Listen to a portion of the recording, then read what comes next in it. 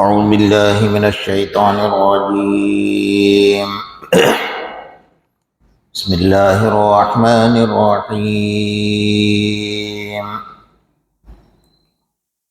قل للمؤمنين يغضوا من أبصارهم ويحفظوا فروجهم ذلك أزكى لهم إن الله خبير بما يصنعون. وقل للمؤمنات يغضضن من أبصارهن ويحفظن فروجهن ولا يبدين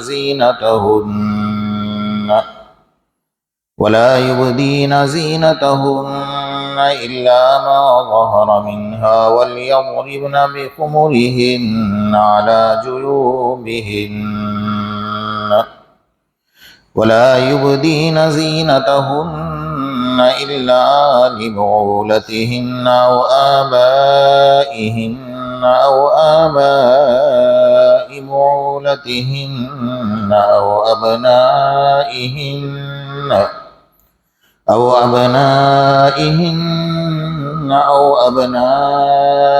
بعولتهن أو إخوانهن أو بني إخوانهن أو بني أخواتهن أو نسائهن أو ما ملكت أيمانهن أو التابعين غير أولي الإربة من الرجال أو الطفل الذين لم يظهروا على عورات النساء. صدق الله مولانا العظيم.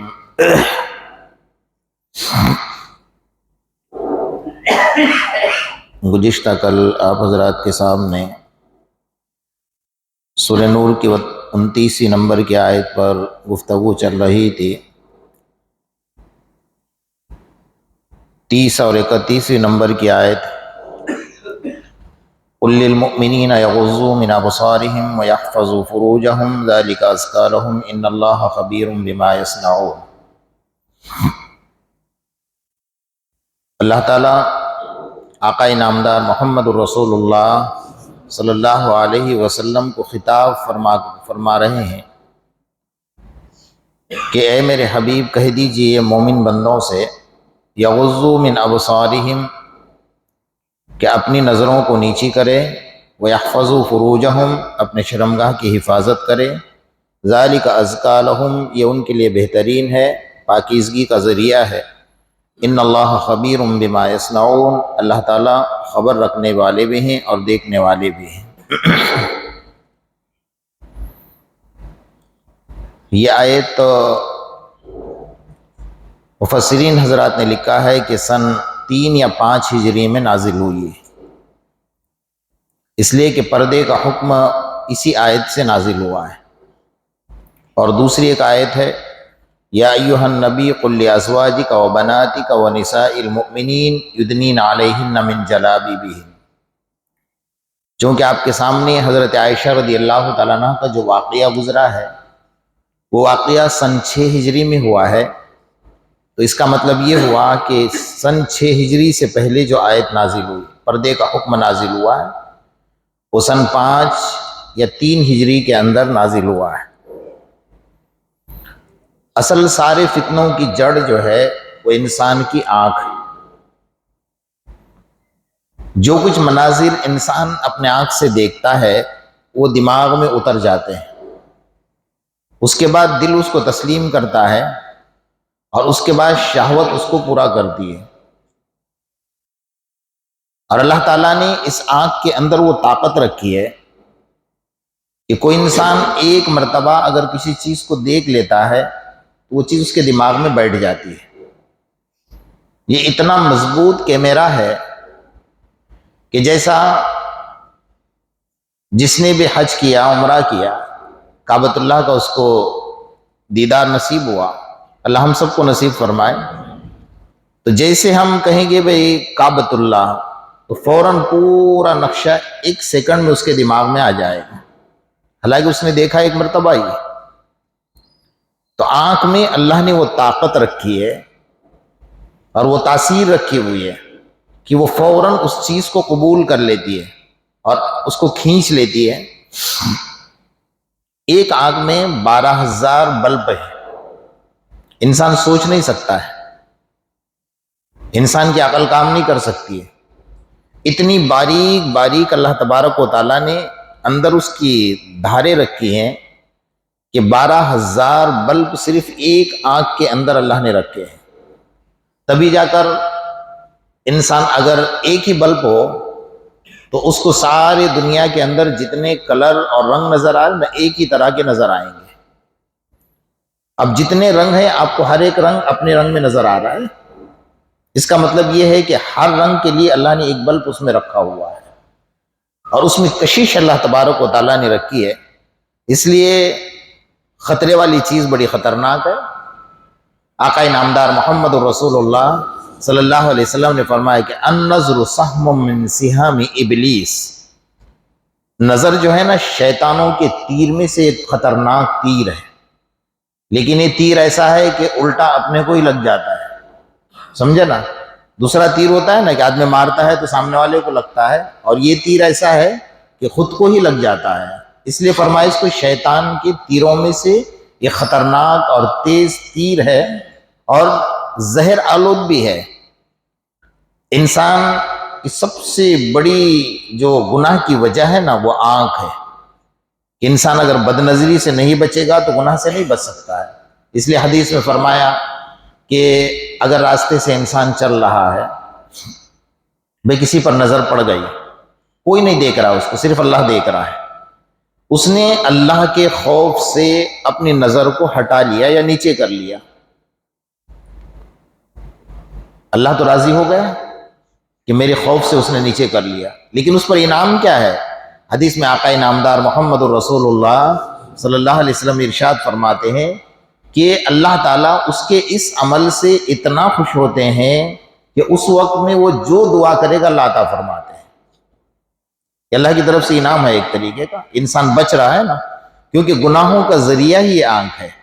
اور دوسری بات کہ اگر کوئی یہ کہے کہ بھئی میں آنکھ کے گناہ سے بچ نہیں پا رہا ہوں، عادت ہو گئی ہے چلتے پھرتے ہر کسی کو دیکھنے کی اور لذت حاصل کرنے کی تھوڑی دیر کے لیے، تو اس سے بچنے کا راستہ کیا ہے؟ اس سے بچنے کا راستہ صرف ایک ہے کہ اس کو یہ سوچنا چاہیے کہ میں جہاں نظر ڈال رہا ہوں میرا خدا اس سے زیادہ تیز مجھے دیکھ رہا ہے، اور خدا نہ خواستہ اگر اللہ کی غضب کی نظر میرے اوپر پڑ گئی اور اسی وقت اللہ نے میرے آنکھوں کی بینائی کو چھین لیا تو میں کچھ بھی نہیں کر سکتا ہوں۔ ایک اللہ والے تھے، خانقاہ میں بیٹھتے تھے، ان کے پاس ایک نوجوان گیا اور اس نے کہا کہ اللہ والے میں بہت کوشش کرتا ہوں کہ نظر بچا کر چلوں لیکن نہیں بچ پاتا ہوں، کہیں نہ کہیں میری نظر پڑ جاتی ہے اور مجھ سے گناہ ہو جاتا ہے۔ اس اللہ والے نے کہا کہ بھئی نظر نیچی کر کے چلو، کہ نہیں ہوتا ہے مجھ سے، تو کہا ٹھیک ہے ایک عمل بتاتا ہوں۔ ایک پیالہ دیا اس کے ہاتھ میں اور پیالہ لب و لب پورا بھر دیا دودھ سے، کہا یہ پیالہ لینا ہے آپ کو اور میرے اس خانقاہ سے لے کر بازار کے اس کونے تک جانا ہے اور اس کونے سے اس کونے تک واپس آنا ہے، لیکن اس میں سے ایک قطرہ بھی دودھ نیچے گرنا نہیں چاہیے۔ اور پیچھے ایک خادم کو ساتھ میں رکھا اور اس کے پاس ہاتھ میں جوتی دے دی، کہا جیسے دودھ کا قطرہ گر جائے اس پر جوتی لگانی ہے، ٹھیک ہے؟ اب وہ جوتی لے کے پیچھے پیچھے چل رہا ہے، وہ بیچارہ پیالہ پکڑ کر یوں چل رہا ہے، تو اس کی نظر کہاں ہے؟ پیالے پر ہے۔ اس کو پتا ہے کہ ایک قطرہ گرے گا ایک جوتی گرے گی، تو اس سے بہتر ہے کہ نظر یہاں سے وہاں گیا، وہاں سے یہاں آیا۔ تو آنے کے بعد اس بزرگ کہا کہ لو آپ کی امانت، کہا ٹھیک ہے۔ اچھا اتنے دور گئے اور آئے تو جانے اور آنے میں کسی پر نظر پڑی آپ کی؟ کہا نہیں پڑی۔ کہا کیوں نہیں پڑی؟ کہا مجھے خطرہ تھا کہ پیچھے جوتی لے کر کھڑا تھا کہ اگر ایک قطرہ بھی گرے گا تو مجھے جوتیاں پڑے گی۔ اس اللہ والے نے کہا کہ بیٹا جب تجھے دنیا کی جوتیوں کا اتنا ڈر ہے اور ذلت کا اتنا ڈر ہے تو تجھے پتا ہے کہ آخرت میں تجھے کتنی جوتیاں پڑے گی؟ اس کے دل نے اس بات کو قبول کر لیا۔ دل بھی چاہیے قبول کرنے والا نا، کہ ہاں صحیح بات ہے کہ آقا نامدار محمد الرسول اللہ صلی اللہ علیہ وسلم کے سامنے مجھے جوتیاں پڑے گی اس عمل کی بنیاد کے اوپر۔ تو وہ نوجوان کہنے لگا اس کے بعد سے میں نے اپنے آپ کو اتنا محفوظ رکھا نا. کچھ اللہ والے تو ایسے تھے نا کہ اللہ تعالیٰ وہ یوں فرماتے ہیں اس آیت کے مطابق. اللہ نے یہ نہیں فرمایا کہ کسی کو مت دیکھو، بلکہ اللہ نے یہ فرمایا ہے کہ اپنی نظریں نیچی کر کے چلو. تو وہ اللہ والوں کی گردن ہی ہو گئی تھی، یوں اٹھتی نہیں تھی، کیونکہ اللہ نے فرمایا نیچی گردن کر کے چلو، اتنے نیچی گردن کر کے چلو. تو یہ مرد کا پردہ ہے. جیسے آج کل کی فیشن پرست عورتیں کہتی ہیں نا، لبرل جو عورتیں ہوتی ہیں، فیشن پرست جو عورتیں ہوتی ہیں، وہ آپ کو کیا کہتے ہیں؟ بھئی ہمارے لیے پردہ، مردوں کے لیے کوئی پردہ نہیں ہے. مردوں کے لیے پہلے پردے کا حکم نازل ہوا ہے، بعد میں عورتوں کے لیے ہوا ہے. یہ آیت میں پڑھیے قُلْ لِلْمُؤْمِنِينَ، ایمان والوں سے کہہ دو. دوسرے آیت میں اللہ نے کہا قُلْ لِلْمُؤْمِنَاتِ، پھر مومن عورتوں سے کہو. مرد کا پردہ یہ ہے کہ اپنی آنکھ کو نیچی کر کے چلے، یہ اللہ تعالیٰ کا حکم ہے. سب سے بڑی بات، کل قیامت کے میدان میں اللہ تبارک و تعالیٰ آخری دو بندے ہوں گے جن کا فیصلہ باقی ہوگا. دونوں کے پاس ایک بھی عمل نہیں ہوگا کہ اللہ اس کو جنت میں داخل کرے، ایک نیکی بھی نہیں ہوگی. اللہ تعالیٰ کہیں گے بھائی کوئی گواہ لے کر آ جا، تیرے نام عمل میں تو کچھ بھی نہیں ہے، سب کھلا ہے. کوئی گواہ لے کر آ جا جو یہ کہے کہ یہ بندہ نیک تھا، بس اس کے کہنے پر بھی تجھے معاف کر دوں گا. لیکن وہاں کوئی کام آنے والا نہیں، وہ دوڑے گا ادھر ادھر. یوم یفر المرء من اخیہ وامہ وابیہ وصاحبتہ وبنیہ، کوئی نہیں مل رہا ہے، نہ دوست مل رہے ہیں، نہ ماں مل رہی ہے، نہ باپ مل رہا ہے، جو مل رہا ہے وہ بھاگ رہا ہے. تو کہا ایک بندہ تو لے کر آ جو کہہ دے کہ بھئی تو نیک تھا تو میں تجھے معاف کر دوں گا، ایک تو گواہ لے کر آ جا. کہتے کہ نہیں. اب وہ بندہ سمجھ جائے گا کہ اب میرا جہنم میں جانا یقینی ہے، اب مجھے کوئی بچانے والا نہیں. اتنے تھوڑی ہی دیر کے اندر آواز آئے گی. کہاں سے آواز آئی؟ یہ آنکھ کی پلک کا جو بال ہے نا وہ گواہی دے گا اللہ کے سامنے. کیا کہے گا؟ اللہ یہ بندہ ایک دن مصیبت میں پڑا ہوا تھا اور اس مصیبت سے نکلنے کا اس کو کوئی راستہ نظر نہیں آ رہا تھا. بس اس وقت میں اس نے سوچا کہ میرے بھائیوں نے ساتھ چھوڑ دیا، اولاد پرواز کر گئی، دولت ختم ہو گئی، بیوی دنیا سے رخصت ہو گئی، کوئی میرا ساتھ نہیں، اللہ تو میرا ساتھ دینے والا ہے. اس وقت اللہ کہا تھا اور میرے اوپر سے ایک آنکھ کا قطرہ گرا تھا، میں گواہی دیتا ہوں کہ یہ بندہ نیک ہے. اللہ اس پلک کے بال کے گواہی پر اس کے مغفرت کا فیصلہ فرما دے.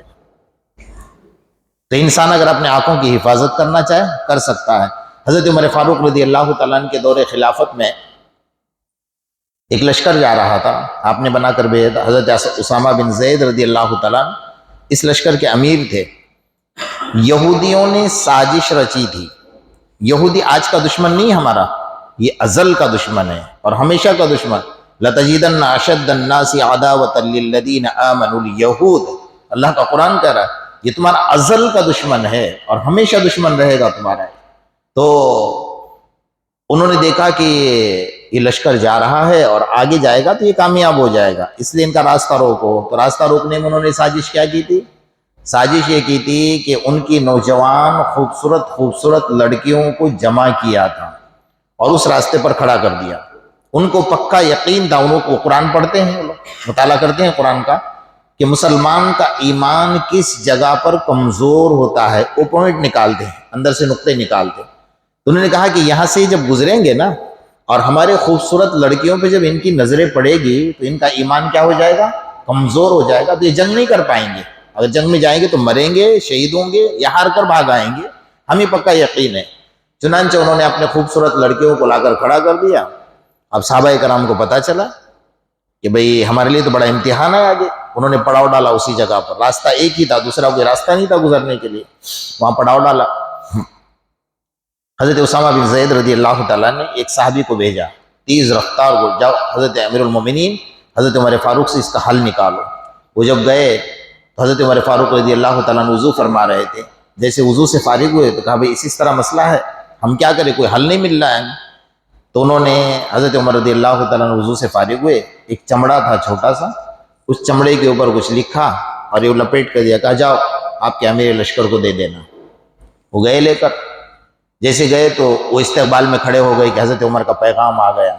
جب کھولا تو کھول کر دیکھا، بڑے خوش ہو گئے. کہا بھئی کھڑے ہو جاؤ، امیر المومنین کا پیغام آ گیا، وہ اپنے سواری پر سوار ہو گئے اور سواری پر سوار ہو کر کہا، یہ امیر المومنین کا پیغام ہے، بسم اللہ الرحمن الرحیم، قل للمؤمنین یغضوا من ابصارهم ویحفظوا فروجهم ذلک ازکی لهم ان اللہ خبیر بما یصنعون۔ اللہ نے فرمایا اپنی نظروں کو نیچی کر کے چلو، اپنی شرمگاہ کی حفاظت کرو، یہ تمہارے لیے بہتر ہے۔ جب اللہ نے کہہ دیا تو اس آیت پر عمل کرو گے تو اللہ راستہ نکال دے گا آپ کو۔ اور آگے اللہ نے یہ بھی فرمایا، ان اللہ خبیر بما یصنعون، آپ آنکھ کی کنارے سے پلک جھپکتے ہوئے بھی اگر ذرا بھی دیکھ لو گے نا تو اللہ تمہیں دیکھ رہا ہے۔ بس یہ خوف آپ کے دل میں ہونا چاہیے۔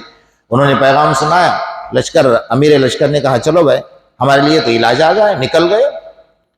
علماء نے لکھا ہے کہ جب ان کی سواریاں وہاں سے نکلنے لگی تھی تو لڑکیاں بالکل تیار ہو کر کھڑی تھی۔ قسم خدا کی کسی صحابی کی نظر لڑکی پر نہیں پڑی۔ آدھا لشکر نکل گیا تو یہودیوں کے جو سردار کھڑے تھے انہوں نے کہا یہ تو بچ کر نکل جائیں گے۔ انہوں نے اپنے لڑکیوں کو حکم کر دیا، اپنے بدن کے کپڑے اتار دو، شاید ان کی نظر آپ کے بے لباس بدن پر پڑے گی نا تو کوئی نہ کوئی ایک کام میں آ جائے گا۔ انہوں نے وہ بھی حال کر لیا، اپنے بدن کے لباس بھی اتار دیے، لیکن خبردار ایک صحابی نے بھی اپنی نظر کو اوپر نہیں کیا اور لشکر آگے نکل گیا۔ بلکہ علماء نے تو یہاں تک لکھا ہے کہ صحابہ کرام تو بہت دور کی بات ہے، ان کے جو جانور تھے نا وہ جانور کی نظریں بھی نیچے تھی، جو سواریاں تھی نا وہ سواریوں کی نظریں بھی نیچے تھی۔ جب وہ آگے نکل گئے تو ان یہودیوں کی لڑکیوں نے کپڑے پہنے اور زور میں چلانے لگی اور کہنے لگی تم آسمان کے فرشتے ہو یا دنیا کے انسان ہو، زمین کے انسان ہو، کہ اکیلے جنت میں جاؤ گے؟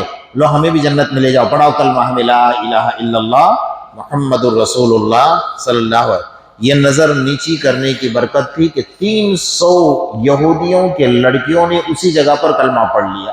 ہم نے پہلی بار ایسے زمین پر انسان دیکھے جو اپنی نظر کو اتنی نیچی کر کے ہم سے بچا کر لے جا رہے ہیں۔ تو ظاہر بات ہے کہ انسان اگر اپنے نظر کو بچانا چاہے نا وہ سب کچھ کر لے، یہ گناہوں کی اصل جڑ ہے، یہ بنیاد ہے۔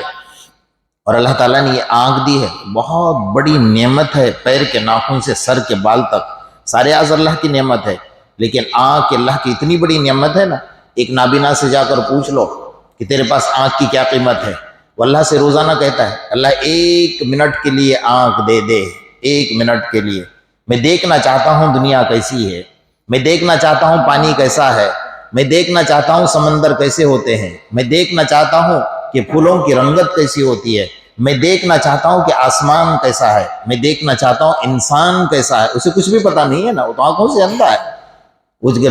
اللہ پر لیکن اتنا جو تڑپ رہا ہے، سسک رہا ہے، اللہ تعالیٰ فرمائیں گے جتنا صبر اس نے کر لیا ہے اس صبر کا بدلہ کیا دیں گے۔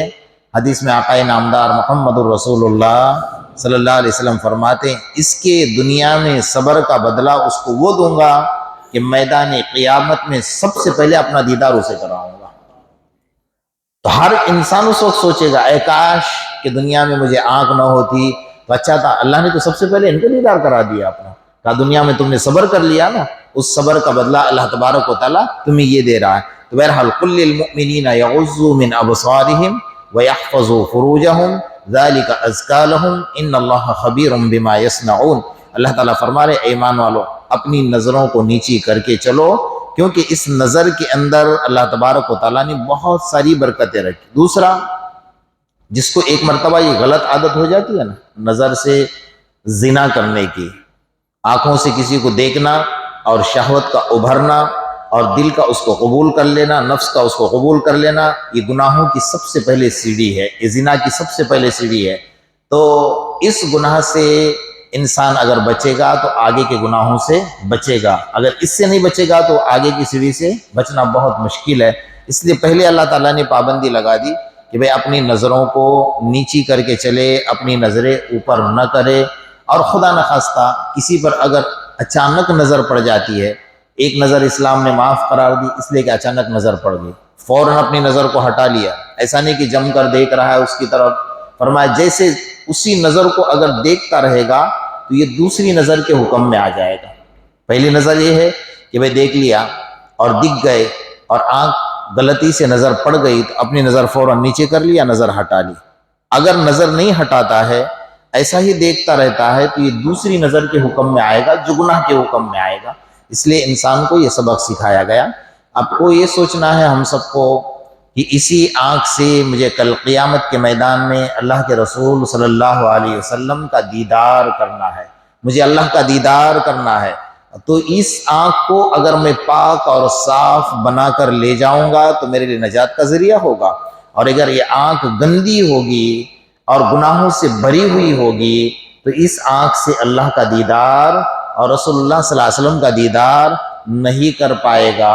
اس لیے ہمیں اس وقت سوچنا ہے کہ ہماری آنکھ کی حفاظت ہم کیسے کریں، گناہوں سے خاص طور پر، اس لیے کہ زنا کی سب سے پہلی سیڑھی جو ہے وہ بد نظری ہے، بری نظر ہے، اور نظر سے کسی کو دیکھنا ہے۔ اللہ تبارک و تعالی ہمارے سارے اعضاؤں کے گناہوں سے مکمل حفاظت فرمائے۔